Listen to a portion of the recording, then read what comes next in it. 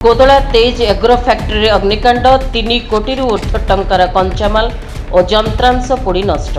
गंजाम जिला कोदला NAC ward number 3 लुहाशंख स्थित तेज agro नामक एक जूस फैक्ट्री रे आज सकाळ पाखापाखि 6 घंटा समय अग्निकांड घटिथिबा जणा पड़िछि।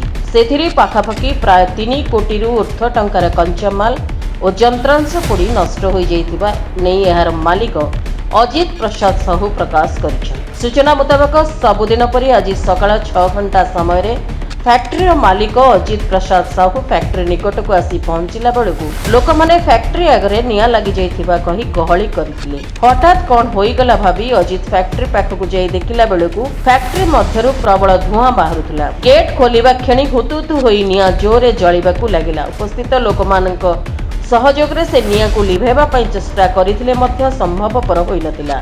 संगे संगे से कोदला अग्निशम विभाग को फोन करथिले। फोन पाई कोदला अग्निशम विभाग दमकल सहित कर्मकर्ता पहुंची निया को आयत्त करथिले। सेते बेलकू प्राय 3 कोटी ऊर्ध्व टंकार कंचामाल और यंत्रांश पोड़ी नष्ट हो जाइथिबा नै अजित प्रकाश करिसेंती। अग्निकांडर कारण जणा पड़ी नथिबा बेले शॉर्ट सर्किट रु अग्निकांड घटिथिबा नै संदेह करा जाउछि। एनै कोदला थाना रे लिखित एतला दिया जाइथिबा नै सूचना मिलिछि। गंजाम कोदलारू सूर्यनारायण बड़ुंक रिपोर्ट PS न्यूज भारत।